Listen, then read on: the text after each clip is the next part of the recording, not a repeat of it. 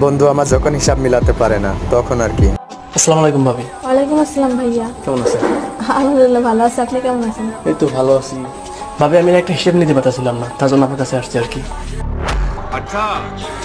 ভাইয়া তো চিন্তিত দেখাচ্ছি কেন? ভাবি আমি না একটা কাল থেকে একটা হিসেব নিতে পারতেছি না, আপনার ফোনটা দেয় আমি একটু দেখাইতেছি। তো কথাটা শুনুন, শাকিল কি বাসায়? ঘুমাইতেছে। তো শোন, এখন যদি বন্ধুর দাদা যদি আমার দাদা হয়, বন্ধুর বোন যদি আমার বোন হয়, আর বন্ধুর ভাই যদি আমার ভাই হয়, বন্ধুর দাদি যদি আমার দাদি হয়, তাহলে বন্ধুর বউ আমার ভাবি কি করে হয়?